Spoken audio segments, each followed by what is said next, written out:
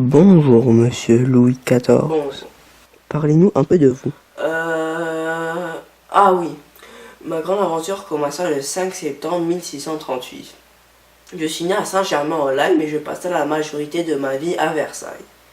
Dès ma naissance, j'étais supérieur à la majorité des Français, grâce à ma chère mère, Anne d'Autriche, et mon valeureux père, roi de France, Louis XIII. Mes parents m'ont toujours dit qu'ils désiraient m'avoir depuis longtemps. Ils ont réussi, mais par malheur, 5 ans plus tard, mon père est mort. Après le décès de mon père, ma mère, Anne d'Autriche, prena le trône en tant que régente, avec l'aide du cardinal Mazarin. Les nobles n'étaient pas très contents de cela et se rebella, créant une guerre civile. Après ceci, il y a eu une guerre contre l'Espagne, ce qui avait eu très éprouvant pour la France. En 1649, à mes 11 ans, il y a eu un traité de paix entre l'Espagne et la Grande France. Cela fut suivi de mon mariage entre moi, Louis XIV, et la princesse d'Espagne, Marie-Thérèse d'Espagne. Vous disiez que vous avez une grande intelligence. Qui a été votre enseigneur? Ce n'est sans doute mon très fidèle tuteur, le grand cardinal Mazarin.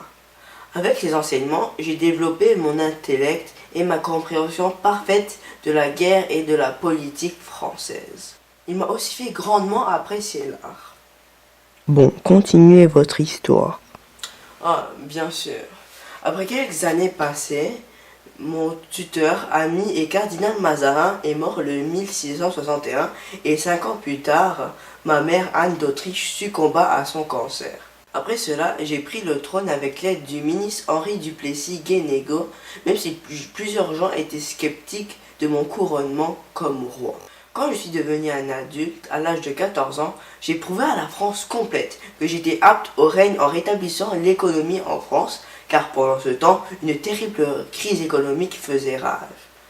De plus, j'ai mis en place la monarchie absolue que je désirais depuis si longtemps. Et cela a amené à la stabilisation des provinces en France. À la suite de ces événements, autour de mes 30 ans, j'ai dépensé des petites sommes pour la restauration du magnifique jardin des Tuileries. J'ai aussi amélioré grandement le palais de Louvre et de Versailles avec l'aide de la trésorerie de la France. Cela, pour des raisons inconnues, de la pauvreté apparaît en France. De plus, j'ai créé de nouveaux codes tels que le code de Louis XIV qui a reformé le système judiciaire, de plus que le code noir, ce qui a amélioré le niveau de vie des esclaves dans les colonies françaises. De plus, je me suis fait appeler le roi Soleil.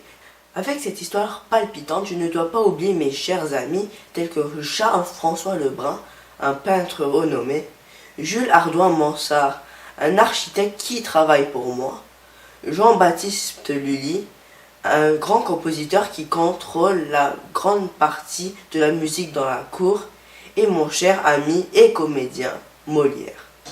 Même si l'Église n'aimait pas l'idée de comédiens, je les défendais et je leur donnais de l'argent et des salles où ils peuvent utiliser leur humour, et tout cela pour mon divertissement. J'ai une question.